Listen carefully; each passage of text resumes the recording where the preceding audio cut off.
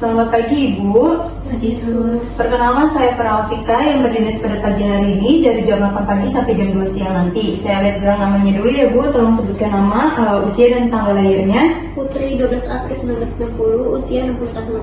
Baik, sudah sesuai ya Ibu. Bagaimana keluhan Ibu hari ini? Kaki saya sakit malas karena habis jatuh dari kamar mandi. Iya nurse, jadi ibu saya habis jatuh dari kamar mandi dikarenakan lantai kamar mandinya yang licin dan kebetulan saya tidak mendampingi ibu saya saat itu. Jadinya ibu saya terjatuh deh. Bagian sebelah kaki mana Ibu yang sakit? Lutut sebelah kiri Sus. Baik, di sini saya akan mengkaji tingkat resiko dekubitus Ibu dengan skala Norton yang tujuannya itu untuk menilai dan mendeteksi secara dini pada pasien yang beresiko mengalami luka tekan. Untuk waktunya kurang lebih 5-10 menit. Sebelum saya mulai, ada yang ingin Ibu tanyakan atau dari keluarga? Luka tekan itu apa sih? Jadi luka tekan itu akibat tirabaring yang lama seperti kondisi yang Ibu alami seperti ini. Ada yang ingin Ibu tanyakan lagi?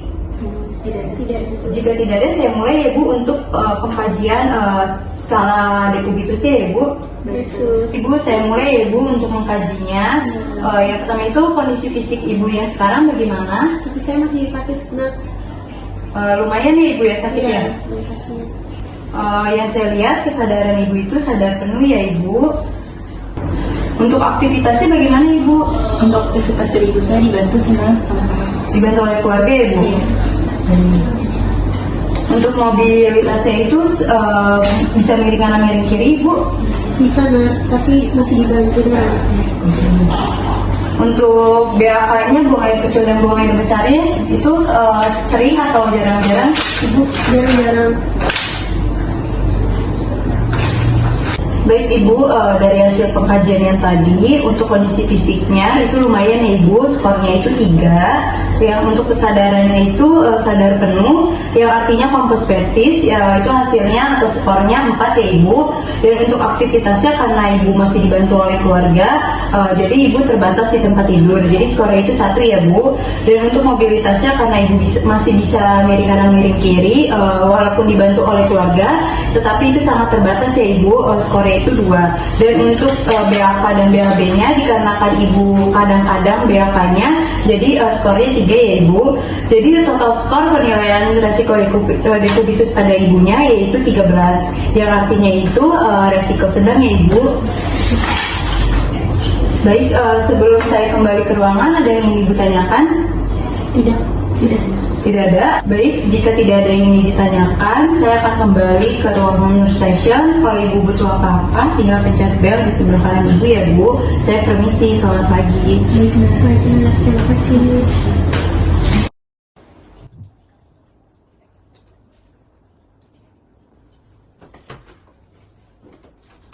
Pada hari ini, tanggal 22 Oktober 2025, saya Perawafika telah melakukan pengukuran dekubitus dengan skala Norton pada pasien yang mencapai usia 60 tahun. Hasil yang saya dapat yaitu 13, dalam artinya resiko sedang. Tanda tangan nama tertera.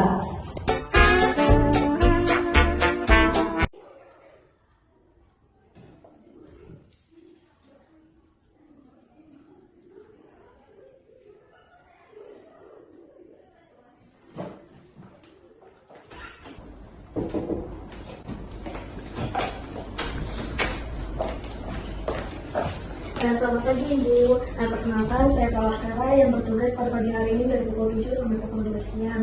Sebelumnya bisa kami sebutkan untuk nama, usia dan tanggal lahirnya? Yuliana, 45 tahun, 27 1980. Ya. Dari Ibu, untuk kondisi Ibu hari ini bagaimana? Kaki saya terasa sakit sih, Nas. Iya Sus, sama saya terus, kakinya sakit terus karena kecelakaan. Ya, baik. Jadi Bu, tujuan saya dalam itu saya akan melakukan pengkajian untuk mengetahui dan mengukur risiko dekubitus. Di mana saya akan melakukan pengkajian ini menggunakan skala badan. Nah, skala badan itu sendiri apa?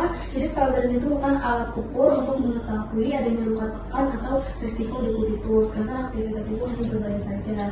Nah, apa sih tujuannya untuk dilakukan pengkajian ini? Nah, tujuannya itu untuk mencegah terjadinya ulkus dekubitus pada ibu. Nah, untuk waktu ini kurang lebih 5-10 menit. Sebelumnya apakah ada yang ditanyakan? Untuk luka tekan itu apa ya Sus? Ya baik, jadi luka tekan itu tuh terjadi karena kan pasiennya kan aktivitasnya kan hanya berbaring saja ya, tidak ada kegiatan. Nah, di mana luka tersebut karena berbaring terus itu nanti menjadikan luka tekan dan akan makin memperparah seperti itu. Apakah sudah jelas? Ya baik, sebelumnya saya izin mulai ya. Untuk posisinya apakah sudah nyaman Ibu? Nyaman. Baik, nyaman. Baik Ibu, untuk pengkajian yang pertama saya ingin menanyakan mengenai persepsi sensori Ibu. Nah, selama beraktivitas Ibu ini berbaring saja, bagaimana nih Ibu perasaannya? Apakah Ibu merasakan ketidaknyamanan? Iya, saya merasakan ketidaknyamanan karena kaki saya kan sakit sekali ya. Jadi saya kurang nyaman. Nah, untuk nyerinya banget itu ada tepatnya di mana Ibu? Di tumit saya. Oh, di tumitnya ya. Nah, untuk kelembapan kulit Ibu nih, karena kan Ibu hanya berbaring saja, karena apakah terpapar oleh keringat atau buang air kecil. Nah, bagaimana nih Ibu keadaan kelembapan kulit Ibu? Keadaan kulit saya sih kadang-kadang Lembab Ibu. Nah, untuk aktivitasnya Ibu, apakah Ibu sudah mulai bisa mencoba untuk berjalan? Apakah belum bisa berjalan sama sekali Ibu? belum bisa berjalan sama sekali karena saya takut ya, masih sakit sekali. Nah, untuk mobilitasnya ini Ibu, pergerakan Ibu, apakah Ibu bisa menggerakkan misalnya salah satu kaki Ibu menggunakan tangan Ibu secara perlahan-lahan atau sama sekali belum bisa Bu? Bisa sih, saya biasanya kalau mau bergerak sedikit, saya angkat kaki saya terlebih dahulu. Secara perlahan-lahan ya Ibu ya? Tapi itu Ibu secara mandiri atau harus dengan bantuan keluarga juga? Mandiri sih. Nah, untuk pola nutrisinya Ibu, saya ingin menanyakan untuk pola makan dan minumnya. Terutama untuk pola makannya, apakah Ibu mampu menghabiskan lebih dari setengah porsi atau bahkan kurang atau sama sekali Ibu untuk makan saja tidak nafsu atau bagaimana? Paling saya cuma bisa habis setengah porsi sih, Mas. Ini baik. Nah, untuk gesekan nih Ibu, contohnya adalah contoh minimal itu kayak mengangkat tubuh Ibu. Apakah Ibu mampu mengangkat tubuh Ibu secara mandiri, misalnya seperti duduk atau butuh bantuan dari keluarga? Kalau untuk duduk sih saya dibantu oleh keluarga saya, Mas. Ini Mas. Oh iya. Baik Ibu, saya telah melakukan 6 pengkajian untuk mengukur risiko likuiditas pada Ibu. Nah, untuk skor-skor yang didapat di tiap parameter untuk mengenai pengkajian ini itu ada 4 skor ya Ibu, dari 1, 2, 3, 4, dimana mulai dari yang tidak bisa sama sekali Ibu lakukan sampai ke bisa. Nah, ini saya menghitung terlebih dahulu Ibu untuk mengetahui risiko likuiditas Ibu. Baik Ibu, saya setelah selesai menghitung skor yang tadi setelah dilakukan pengkajian Ibu ya.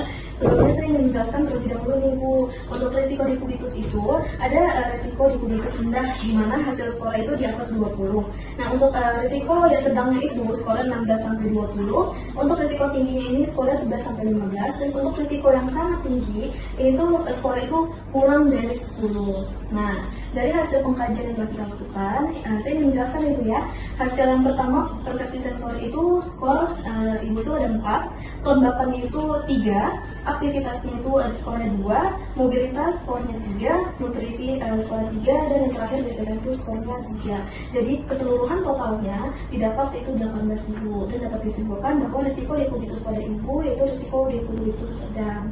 Nah, apakah ada yang Ibu tanyakan? Tidak ada sih. Ya, baik, mungkin itu saja. Nanti saya akan datang lagi untuk mengukur TTV ya Ibu ya. Ibu tetap semangat dan cepat sembuh ya Bu. Nanti jika ada yang diperlukan bisa akan diskusi. Saya permisi. Terima kasih Bu.